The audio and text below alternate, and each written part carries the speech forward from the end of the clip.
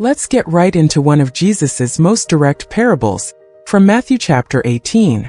It starts with a king settling accounts, and one servant is brought before him who owes 10,000 talents. That number is almost meaningless to us, but in Jesus's day, it was an astronomical, impossible sum. It's like a single person owing billions. A debt that could never, ever be repaid in 100 lifetimes. So the king orders the standard, brutal justice of the time. The man, his wife, his children, everything he has is to be sold to repay the debt. The servant falls on his knees. "Be patient with me," he begs. "I will pay back everything." It's a desperate, impossible promise. He knows he can't. The king knows he can't.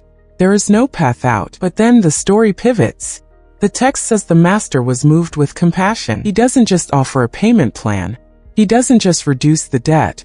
He does the unthinkable. He releases him. And he forgives the entire impossible debt. Just like that. The weight of a lifetime gone. Pure, un deserved mercy. Grace that defies all logic. That's the first massive half of this story. A gift so huge it should change everything. But what happens next is where the real lesson hits home, and you'd think that would be the end of it.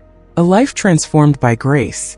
But the story doesn't end there, because right after he walks out of the king's presence, forgiven of that impossible debt, he runs into a fellow servant. This man owes him money, 100 denarii.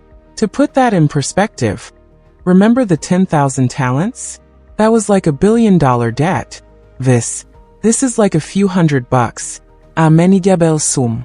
A tiny fraction of what was just forgiven him. But watch what happens. The text says he grabs his fellow servant, begins to choke him, and demands, "Pay back what you owe me." His fellow servant falls to his knees, using the exact same words he himself just used before the king. "Be patient with me, and I will pay you back." But there is no compassion. No mercy. No memory of the gift he just received. He refuses, and he has the man thrown into prison until he can pay the debt. The scale of this is shocking. He was forgiven a mountain. He refuses to forgive a pebble. The injustice is visceral. It's hypocrisy we can feel, and it forces us to ask the obvious, uncomfortable question. How could someone who experienced such radical grace turn around and act with such crushing harshness? That's the pivot.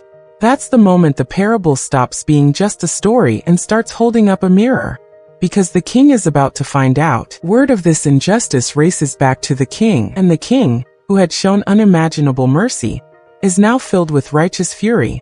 He summons the servant back. His words are a thunderclap of justice. "You wicked servant. I canceled all that debt of yours because you begged me to. Shouldn't you have had mercy on your fellow servant just as I had on you?" In his anger, the king hands him over to the jailers to be tortured, until he should pay back all he owed. The connection is absolute. Our forgiveness from God is inseparably linked to our forgiveness of others. It's not a suggestion. It's the architecture of grace. So the power lesson here is a reframe. Forgiveness isn't a burdensome duty we grudgingly perform. It is the grateful, freeing, natural response of a heart that has truly grasped the immensity of the grace it first received. You forgive the pebble-sized debts against you, not because they're small, but because your mountain-sized debt has already been canceled. That's the story's end. And that's the call. To live from the freedom of mercy received, and to extend it.